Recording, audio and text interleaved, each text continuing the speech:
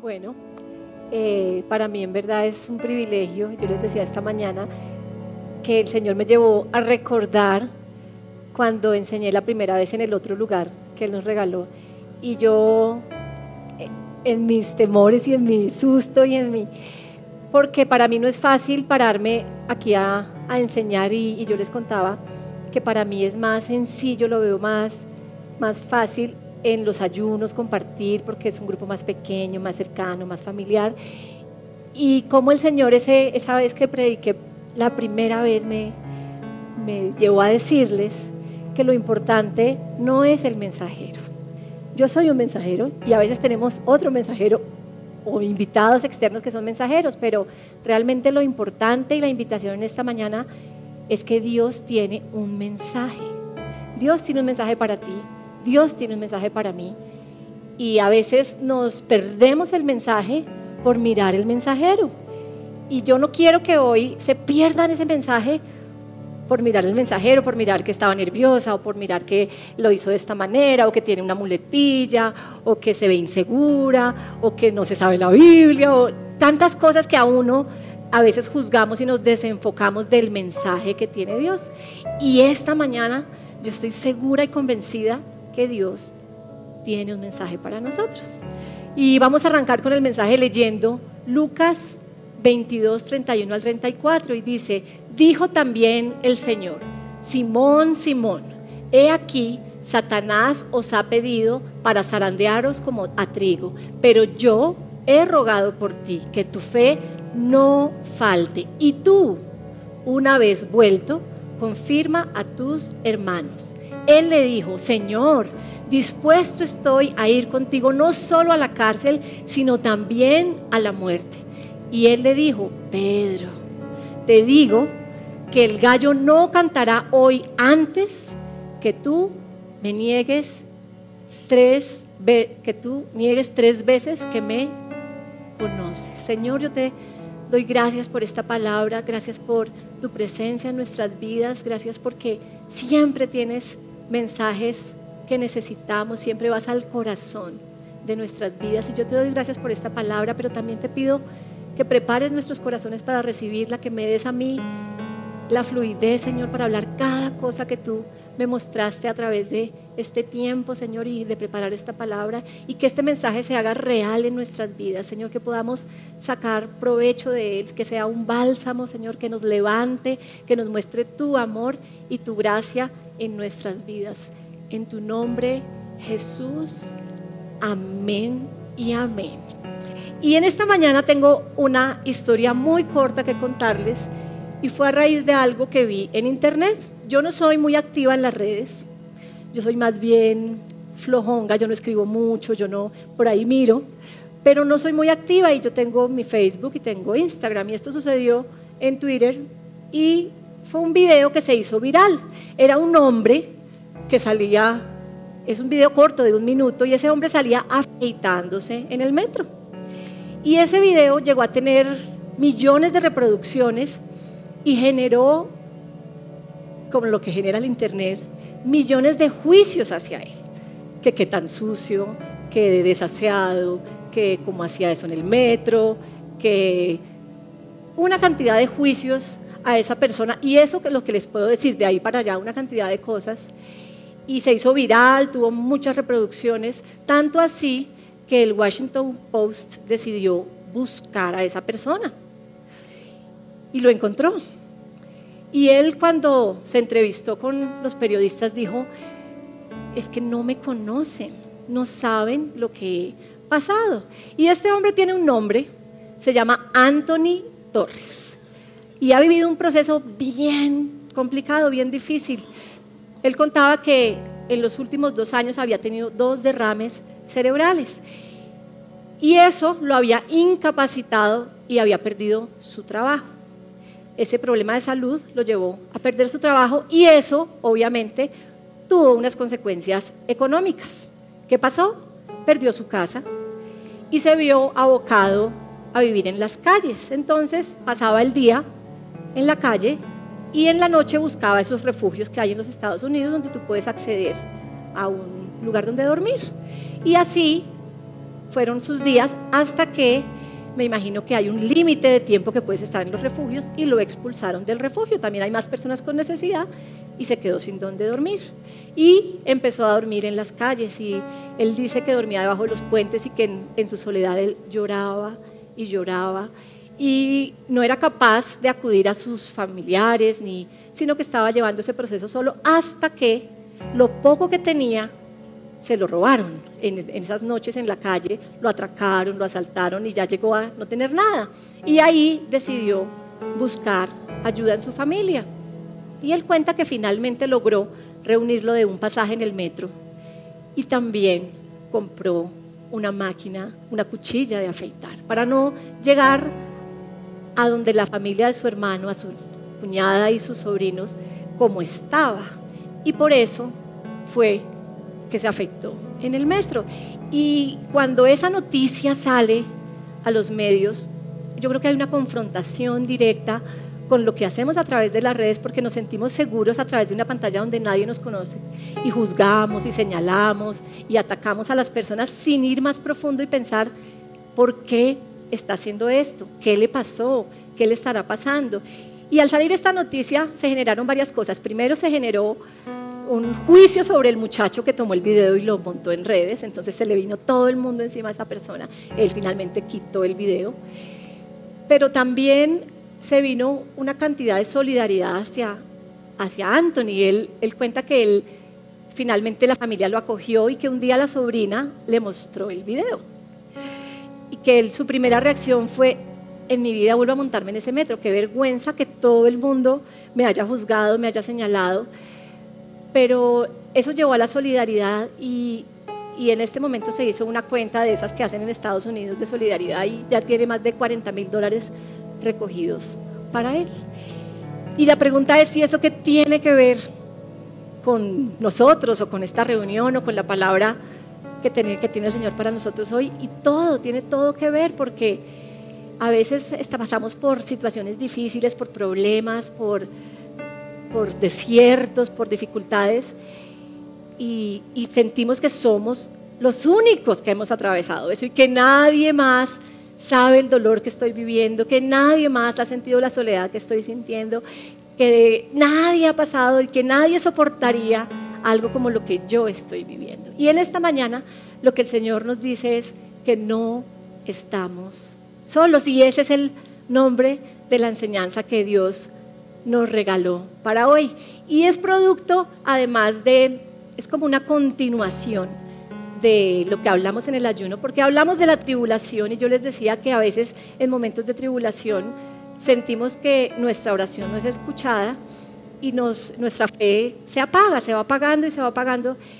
Y fue como la continuación y de una vez hago una cuña para que nos acompañen en los ayunos, porque somos pocos y es realmente maravilloso, pero a veces necesitamos una palabra de Dios, y a veces necesitamos algo y nos quedamos en casa deprimidos, y es mejor venir y buscar ayuda. Y dice Santiago 1:2-4: amados hermanos, cuando tengan que enfrentar cualquier tipo de problemas, considérenlo como un tiempo para alegrarse mucho, porque ustedes saben que siempre que se pone a prueba la fe, la constancia tiene una oportunidad para desarrollarse. Así que dejen que crezca, pues una vez que su constancia se haya desarrollado plenamente, serán perfectos y completos, y no les faltará nada. Y en este pasaje vemos dos realidades muy importantes. La primera nos dice: cuando tengan que enfrentar cualquier tipo de dificultad. Cuando tengan. Es una realidad que siempre vamos a enfrentar situaciones difíciles, siempre vamos a enfrentar pruebas, siempre. No dice si alguna vez tienen una situación difícil. Da por hecho que vamos a tener situaciones difíciles, da por hecho que vamos a tener pruebas en nuestra vida, que vamos a tener enfermedad, que vamos a tener dolor, que vamos a tener quebranto, y tenemos que estar preparados para esos momentos. Y la otra cosa que dice es que demos gracias, que nos alegremos por esto.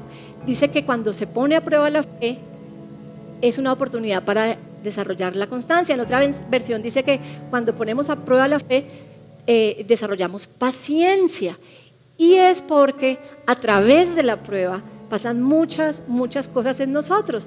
Y la palabra tribulación, que fue la que usé en este caso y buscamos, es del griego peirasó. Y peirasó quiere decir ser puesto a prueba, ser requerido para un proceso disciplinario, adversidad, situaciones difíciles y tentación.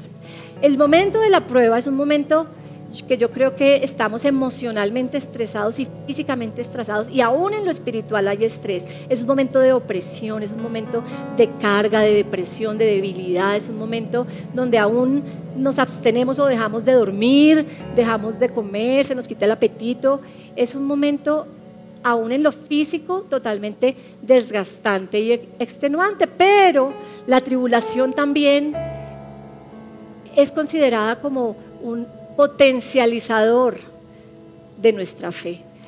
La tribulación hace que nuestra fe crezca y además que logremos una madurez en nuestro carácter. Y es clarísimo el ejemplo en el caso de Pedro, del Pedro que llegó a la situación al Pedro que salió de la situación. Y yo quiero que en esta mañana indaguemos un poco más en lo que pasó con Pedro, y para esto miremos, después de que él le dijo que lo seguiría y todo esto, ¿qué pasó? Y dice, prendiéndole le llevaron y le condujeron a casa del sumo sacerdote, y Pedro le seguía de lejos. Y habiendo ellos encendido fuego en medio del patio, se sentaron alrededor, y Pedro se sentó también entre ellos. Pero una criada, al verle sentado al fuego, se fijó en él y dijo, también éste estaba con él. Pero él lo negó diciendo, mujer, no lo conozco. Un poco después, viéndole otro, dijo, tú también eres de ellos. Y Pedro dijo, hombre, no lo soy.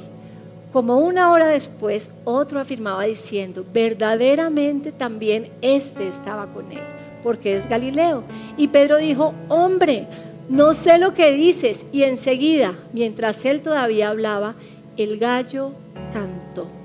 Entonces, vuelto el Señor, miró a Pedro, y Pedro se acordó de la palabra del Señor que le había dicho, antes que el gallo cante, tú negarás 3 veces, tú me negarás 3 veces. Y Pedro, saliendo fuera, lloró amargamente. Yo creo que en este momento Pedro se quebró. Pedro, yo me pongo en el lugar, en la escena, y después de que le dije, yo voy a estar contigo, iré contigo a la cárcel, si tengo que morir por ti lo voy a hacer. Y llega el momento en que él está en una fogata, me imagino yo, con las otras personas, y aún alcanza a ver a Jesús, y Jesús lo alcanza a ver a él. Y cuando él ve esa mirada penetrante de Jesús, yo me imagino que ya él no soportó la carga emocional, no soportó la culpa, la condenación, porque ¿cómo pude negarlo? ¿Cómo pude negar que lo conocía? ¿Cómo pude negar que tenía una relación con él? ¿Cómo pude negar que soy uno de los suyos? Y eso tuvo que enfrentar a Pedro a una lucha interna, pero también a una lucha espiritual. Y es así como a través de las pruebas y a través de las dificultades vemos 3 realidades acerca de la tribulación que podemos ver en este caso y también podemos ver en el caso de Job. 3 realidades importantes. La primera realidad te involucra a ti. Y tú dirás, pues obviamente me involucra a mí, pues eso no es nada nuevo, eso no es nada extraordinario ni extraño, pero te involucra a ti, te involucra en un sentido profundo, te involucra en lo que hay en tu corazón, te involucra en tus luchas personales, esas que ni siquiera le cuentas a tu pareja o a tus papás, o eso que hay en lo profundo de tu corazón sale a relucir en la prueba. Si es rechazo, si es una raíz de amargura, si es abandono, ¿qué hay en tu corazón? Es en ese momento de la tribulación y de la prueba que sale a relucir lo que hay en el corazón, en el alma. Esas heridas profundas que tenemos salen a relucir. Y en el caso de Pedro, yo decía, 3 años caminando con Jesús, lo que cuenta la Biblia de esos 3 años, pero lo que no cuenta, los chistes que podían hacer, la comida favorita del uno y del otro. Y él tuvo que, en ese momento, en esos días desde la muerte de Jesús y desde que él lo negó, ver todas esas escenas como una película. Yo me imagino que él decía, yo caminé con él estos 3 años, fueron los mejores 3 años de mi vida. Caminamos juntos, fuimos en mi barca, la usó para predicar, también pescó conmigo, sanó a mi suegra. ¿Cuántos pueden decir que Jesús sanó a mi suegra? ¡Qué bendición! Sanó a mi suegra, también me hizo su discípulo y pude aprender de él y enseñar de lo que él me enseñó. Me llevó al monte de la transfiguración, donde lo vi transfigurarse y resplandecer, y eso no lo hizo con todos, solo fuimos 3. Y cada recuerdo, cada cosa, le dije que me llamara y me llamó a caminar sobre el agua y me estaba ahogando y él me rescató. Cada situación de esos 3 años yo creo que venía a la imagen, a la memoria de Pedro, y yo creo que él sentía dolor al recordar cada paso, cada situación, cada historia vivida con Jesús. Y así como Pedro, yo creo que cuando tenemos momentos de tribulación y de prueba, nosotros empezamos a exteriorizar o a pensar en cosas, y empiezan a brotar de nuestro corazón una cantidad de semillas que de pronto estaban sembradas de amargura. Yo creo que él se sintió profundamente amargado y profundamente desesperado en este proceso, y en momentos de prueba y de dificultad la invitación es: vamos más profundo. ¿Qué hay en mi corazón? ¿Por qué estoy sintiendo esto? ¿Por qué estoy pensando esto? Todos vivimos tribulación y pruebas y dificultad, pero ¿a qué me lleva esta dificultad? ¿A tener un corazón más sensible o a tener un corazón más duro? Porque esa es la otra posibilidad, y es: ¿nos endurecemos en medio de la tribulación o como el chocolate en medio del desierto que se derrite? Yo quiero tener uno como el chocolate, no como una roca que se pone cada vez más y más y más duro hasta que el Señor tiene que romper ese corazón. Otra verdad, otra realidad es que involucra a un mundo espiritual adverso. No estamos solos en el proceso de la tentación. Claramente vimos en el versículo: dijo también el Señor: Simón, Simón, y aquí Satanás os ha pedido para zarandearos como trigo. Satanás tiene un plan en la tentación. Satanás está ahí, y es el mismo caso que Job, que Satanás fue donde el Señor y le dijo: quiero tocar la vida de Job. Y si bien a veces sentimos que es toda nuestra responsabilidad y toda nuestra culpa, también hay un mover espiritual que viene a muchas cosas. La palabra dice que Satanás vino a robar, a matar y a destruir. Y no solo nuestra vida, sino nuestro propósito, a lo que el Señor nos llamó. Él quiere destruir ese plan que tiene Dios. Él quiere destruir la promesa de un hijo. Algunas parejas que no han podido tener hijos, Él viene a destruir, porque sabe que en la unión de ustedes dos viene una gran bendición, y por eso ha atacado. Y eso me acuerda, por ejemplo, de José, nuestro pastor, y Jessy, que tuvieron 3 pérdidas antes de tener sus 3 hijos, y cómo ellos fueron atacados en esa área, porque Satanás sabe. Satanás no se queda quieto y sabe que hay un propósito y viene a acabar con el propósito. Y Satanás actúa de diferentes maneras, porque a veces pensamos que todo es, si bien es cierto que sí, a veces sentimos un ambiente espiritual tenso, o pensamos que es que hay una brujería o un mover espiritual oscuro. Satanás actúa de diferentes maneras. Una manera en la que él actúa es enviando mensajes a nuestra mente. Dice que dardos del maligno que llegan a nuestra mente, y él, como él ha sembrado semillas en nosotros, él nos manda sentimientos de condenación, que no valemos nada. ¿Quién habría hecho eso, Pedro? Solo tú. Los otros ninguno lo negó. Es que tú. Y empieza a condenarnos y empieza a oprimirnos, y a veces nosotros dejamos que eso actúe en nuestra mente y baje a nuestro corazón, y esa es una forma de actuar. Pero también actúa a través de las personas, y cuando digo personas no me refiero solo a las personas que trabajan para él, sino me refiero a tu familia, a tus hermanos, a tus amigos. Ahí está Job con sus 3 amigos que, lejos de venir a levantarlo y a ayudarlo, fue a juzgarlo y a condenarlo.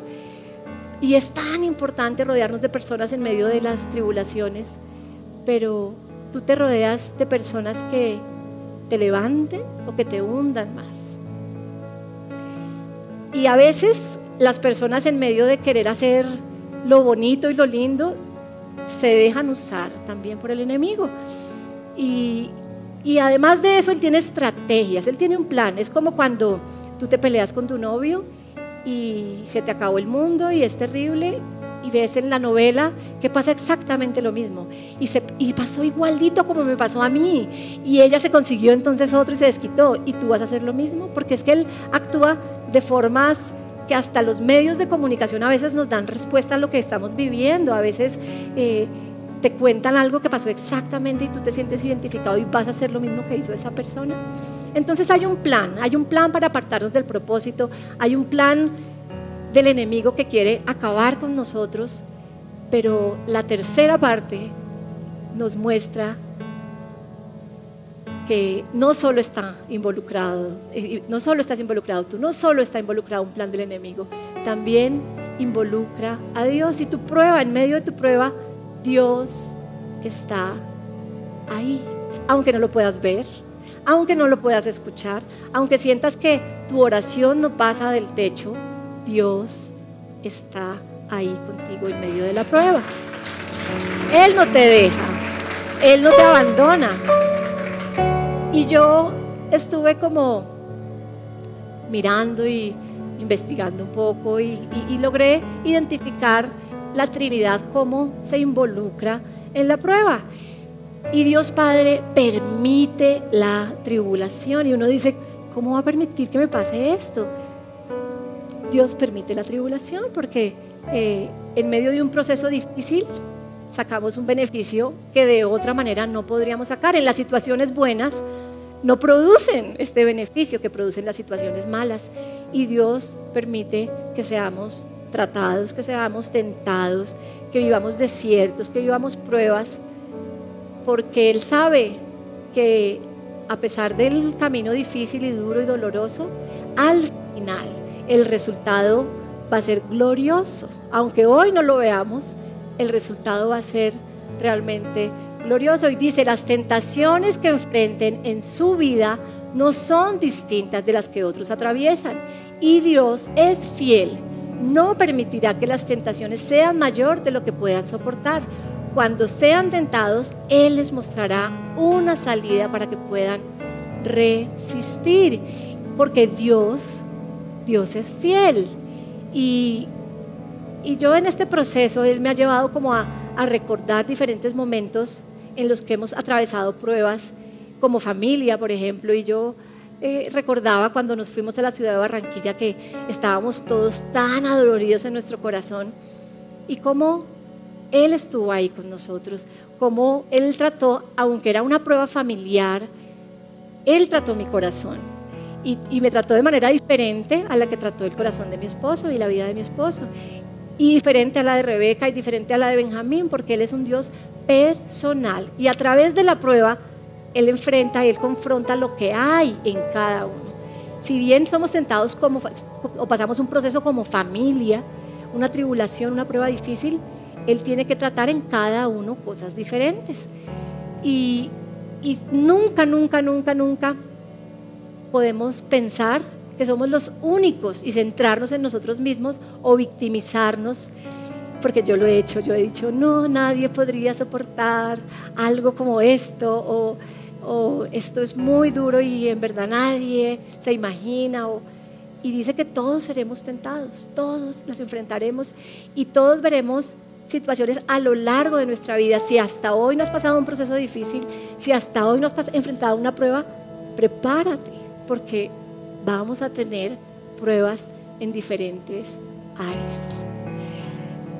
El segundo caso, o en segunda persona de la Trinidad, Jesús se identifica contigo en tu tribulación.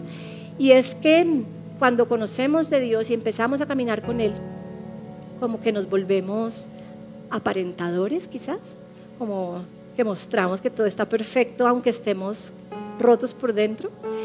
Y sentimos además que si le decimos a Dios, le decimos, Señor, ¿por qué estoy viviendo esto?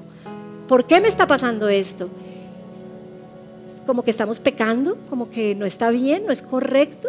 Y nos han enseñado, no preguntes por qué, pregunta para qué. Y sí, todo tiene un propósito, pero se vale decirle por qué estoy viviendo esto, no lo soporto, siento que no puedo más, siento que me voy a morir viviendo este proceso. Se puede hacer. Y el mejor ejemplo para esto fue Jesús. Y yo encontré en Mateo 27, 46 y 50 esto que hizo Jesús y que trajo un bálsamo a mi corazón en cuanto a hablar y ser transparentes con Dios. Dice: cerca de la hora novena, Jesús clamó a gran voz diciendo: Elí, Elí, lama sabactani. Esto es: Dios mío, ¿por qué me has desamparado? Y más adelante en el 50 dice: mas Jesús, habiendo otra vez clamado a gran voz, entregó el Espíritu. ¿Qué es clamar a gran voz? ¿Qué es clamar? Es gritar. Él gritó en la cruz. Él no aguantaba ese proceso. Él sintió la soledad más absoluta que nunca nadie ha sentido. Él, además de ser humillado, desnudado, golpeado, maltratado, escupido, y todo el proceso físico que él vivió un proceso espiritual absolutamente doloroso. Él vivió la separación de su Padre. Y él no estaba preparado para eso. Y él pudo decirle: Padre, ¿por qué me has desamparado? ¿Por qué me dejaste solo? ¿Por qué te olvidaste de mí? Y eso me da tranquilidad en que cuando yo me sienta sola y desamparada y que él no me habla, yo puedo expresar y abrir mi corazón y derramarlo y decirle: Señor, ¿por qué me dejaste sola? ¿Por qué? ¿Por qué? ¿Qué hice para que tú me abandonaras de esta manera? Me he sentido olvidada, me he sentido sola, me he sentido desamparada. Él lo hizo. Y Él lo hizo con el propósito más maravilloso y más grande, que fue que nosotros pudiéramos hacerlo. Pero además, Él en ese momento llevó todas nuestras cargas, todos nuestros pecados, todas nuestras enfermedades. Y era tal lo que el peso que Él llevaba, que el Señor hizo juicio sobre eso y tuvo que alejarse para que hoy yo, con mis cargas, con mis pecados, con mis enfermedades, pueda venir a Él, pueda buscarlo, pueda hablarle, pueda desnudar mi corazón. Y Él lo hizo todo con ese propósito. Y yo los invito en esta mañana a que pase lo que pase, sea la situación que sea, lo que estemos viviendo, no perdamos la oportunidad que Él nos dejó. Él nos dejó un camino. Abre tu corazón con el Señor, abre tu corazón y muéstrale, dile lo que estás viviendo, dile lo que te está pasando y no te quedes callado, porque Jesús se identifica contigo en tu situación. No solo se identifica contigo, sino que con Pedro dijo: yo oraré por ti. Él sabía lo que iba a venir en la vida de Pedro y él dijo: yo oraré por ti. Y Él ora por nosotros. Yo estoy segura que cuando pasamos esos momentos de luchas o de situaciones duras en nuestras vidas, Él está intercediendo con el Padre por ti y por mí, para que nuestra fe no decaiga, para que logremos salir adelante en medio de la prueba. Y por último, el Espíritu Santo, que está contigo en medio de la tribulación. Y dice la palabra: y yo le pediré al Padre, y Él les dará otro consolador, para que los acompañe siempre. Él envió el Espíritu Santo para que nos acompañe aún en medio de la tribulación, de la prueba, de la enfermedad, de la dificultad.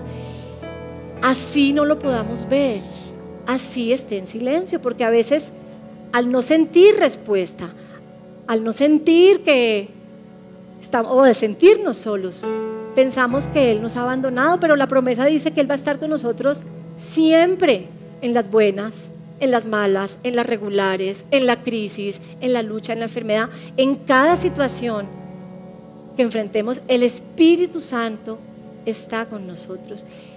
Y yo les contaba una experiencia que tuvimos como familia y les decía que Benjamín, siendo muy pequeño, unos 3 añitos o 4 añitos, Rebeca siempre fue una niña muy tranquila, pero Benjamín era inquieto.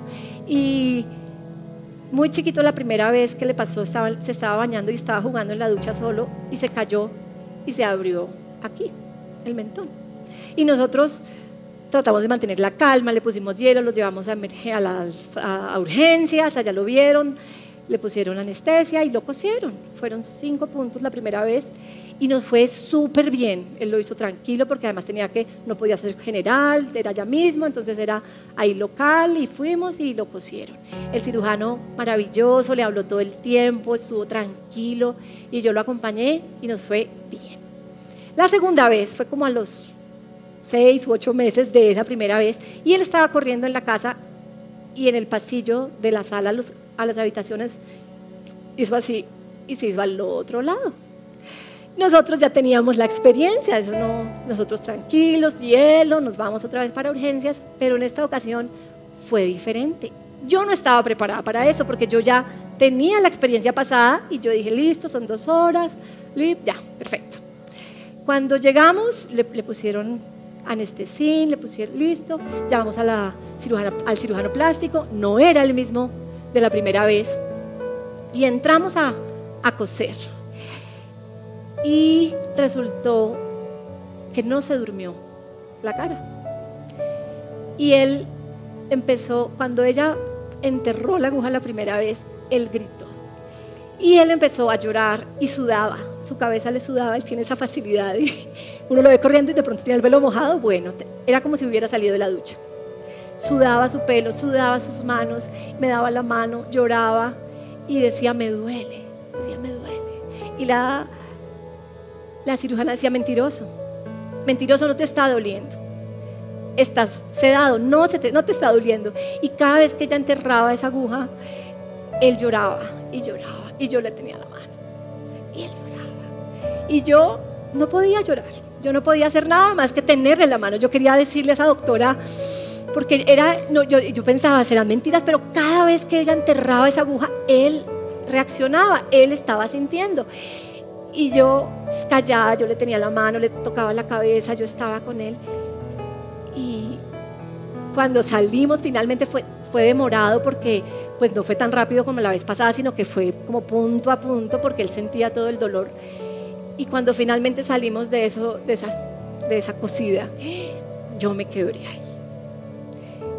Porque ver a tu hijo pequeño en una situación de tal vulnerabilidad y tal dolor no es fácil. Y eso me llevó a pensar lo que siente el Padre en medio de nuestra tribulación. Así está en silencio. Hay un mundo espiritual adverso que te ataca y tú estás sufriendo y sintiendo dolor y sintiendo quebranto, pero tu Padre está ahí contigo de tu mano.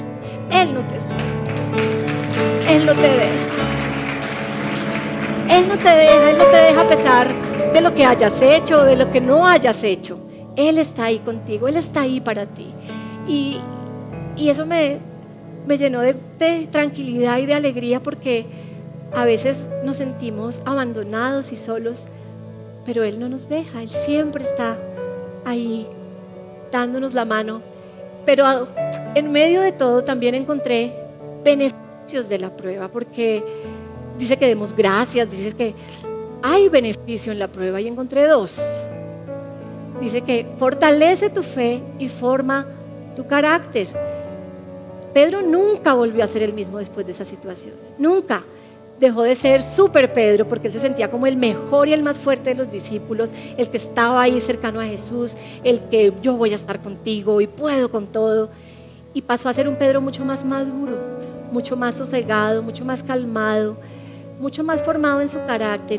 Y fue lindo como Jesús, cuando resucitó y le dijo a las mujeres, vayan y cuéntenle a los discípulos y a Pedro. Y después como lo afirmó y él logró crecer en ese proceso y él logró fortalecer su fe y es que en estos momentos de prueba vemos como una confrontación o cómo se nos enfrentan nuestros conocimientos, lo que sabemos de Dios. ¿Qué sabes de Dios? Los principios, que Él te ama, que Él está contigo, que lo que sabemos, nuestro conocimiento con lo que realmente creemos de Él. Es en ese momento de la prueba en que tú pasas de tener un conocimiento real a hacer viva una relación con Dios, a ser vivo en que en verdad tú estás conmigo a pesar de esto, en que nunca me vas a dejar ni nunca me vas a abandonar, en que tu amor es más grande que esta situación, que la tribulación, que la angustia, que el hambre, que cada cosa. Es en ese momento que todo el conocimiento que hemos adquirido pasa y se vuelve real en nuestras vidas. Pasa y ese conocimiento hecho realidad, hecho vida en nosotros, es lo que nos lleva a un nivel de fe superior, es lo que nos lleva a poder enfrentar nuevas pruebas, nuevas luchas, nuevas batallas, nuevas adversidades. Es cuando logramos poner todo nuestro conocimiento y volverlo real, que se haga real. Y es como cuando dijo Job: de oídas te había oído, mas ahora mis ojos te ven. Es diferente cuando tenemos el conocimiento a cuando hemos hecho el examen. Es totalmente diferente porque ya hemos tenido la práctica de esa palabra que se ha hecho vida en nosotros. Y la segunda, que para mí es es muy importante, es: te habilita para acompañar a otros en sus dificultades. Y cuando Jesús le dijo a Pedro, le dijo: y yo espero que cuando vuelvas ministres a tus hermanos, yo espero que cuando vuelvas tú puedas hablar de esto y levantar a otros. Y yo he como tenido la capacidad de recordar en medio de las pruebas todo lo que el Señor ha hecho conmigo, todo lo que ha hecho en mi familia. Yo sé lo que es tener un diagnóstico de cáncer en la familia, yo sé lo que es estar sin trabajo, yo sé lo que es perderlo todo, hasta los amigos. Yo sé, yo he pasado por tantas cosas, Señor, y tú nunca me has dejado, tú nunca me has abandonado. Y es eso por lo que yo he pasado, lo que me habilita a acompañar a otros en sus procesos. Y a veces, como creyentes o como discípulos de Dios y cristianos, nos volvemos jueces de los demás y señalamos: es que tú estás viviendo esto por desobediencia, es que tú no oras, es que tú no ayunas, es que tú no eres fiel con el Señor. Y señalamos y señalamos y señalamos. Pero la prueba nos confronta a nosotros, nos rompe a nosotros, nos quiebra y nos ayuda a ser misericordiosos, a mirar como Jesús nos mira, con amor, con bondad, con una mano para levantar, no para hundir. Eso nos ayuda en la prueba. Recibimos esa humanidad, logramos ver lo insignificantes que somos, lo poca cosa que somos, y a pesar de eso Él hace cosas con nosotros. Entonces la prueba no la podemos satanizar, no la podemos, si bien es dura, es difícil, sí, pero tiene grandes beneficios para nosotros, que de otra manera en las buenas no vamos a adquirir eso. En las buenas no vamos a poder ayudar a los demás, en las buenas no vamos a sentirnos identificados, ni ellos van a poder tener la confianza para decir: yo estoy pasando por esto. Y ese es el cierre de este mensaje. Independientemente la prueba que tú estés viviendo en este día, hay alguien que ya pasó por eso y puedes buscar ayuda. No estás solo en esto. Dios está contigo, pero también hay una comunidad que está contigo. También hay personas que han vivido lo mismo y que Dios ya los ha sacado de la prueba, ya han salido adelante, ya han vivido un proceso. No estás solo. Y yo en esta mañana, y para despedirnos, yo quiero que nos pongamos en nuestros pies y que le demos gracias al Señor por cada situación, por cada adversidad, por cada desierto que hayamos atravesado.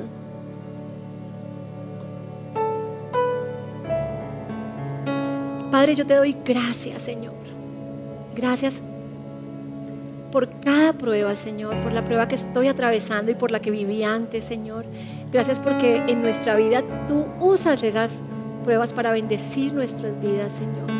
Gracias porque tú tienes el control y estás con nosotros en medio de la prueba, Señor. Así no podamos oírte, así estés en silencio, porque a veces estás en silencio, pero estás ahí conmigo, Señor, dándome la mano, y tú no me sueltas, tú no me abandonas, tú me acompañas en ese proceso.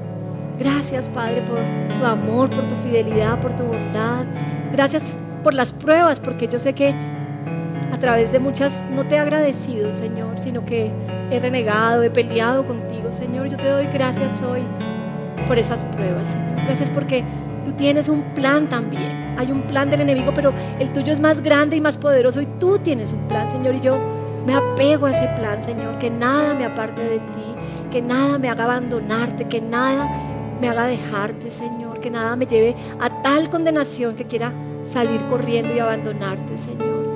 Gracias te doy en medio de los procesos, Señor. Gracias porque aún, Señor, ese elemento que fue la cruz y que quiso acabar con el propósito, acabar con la vida de Jesús, hoy para nosotros es una bendición.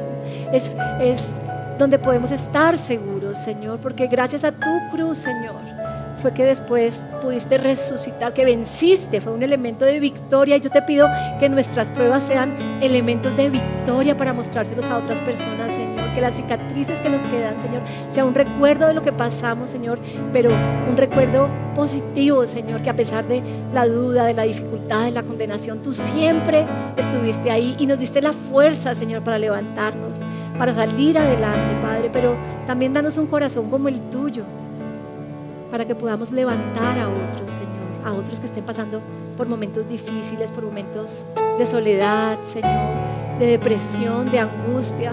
Yo te pido, Señor, que cada prueba que nosotros pasemos nos habilite, Señor, y sea utilizada, no sea para guardarla o para olvidarla, sino que sea utilizada para tu servicio, para ayudar a alguien, Señor. Alguien necesita de ti en esta mañana, alguien está pasando por lo que tú has pasado. Yo te pido, Señor, que nos hables, nos muestres y nos des la valentía para acercarnos, Señor, y para ser un terreno seguro para cada persona que esté pasando pruebas en su vida. Te doy gracias infinitas por tu amor, por tu bondad, por tu misericordia, y te entrego este resto de día, Señor, pero que esta palabra se quede muy sembrada en lo profundo de nuestros corazones y que dé mucho fruto, Señor, que se haga muy fructífera en mi vida y en la vida de cada miembro de esta comunidad. En tu nombre, Jesús. Amén y amén.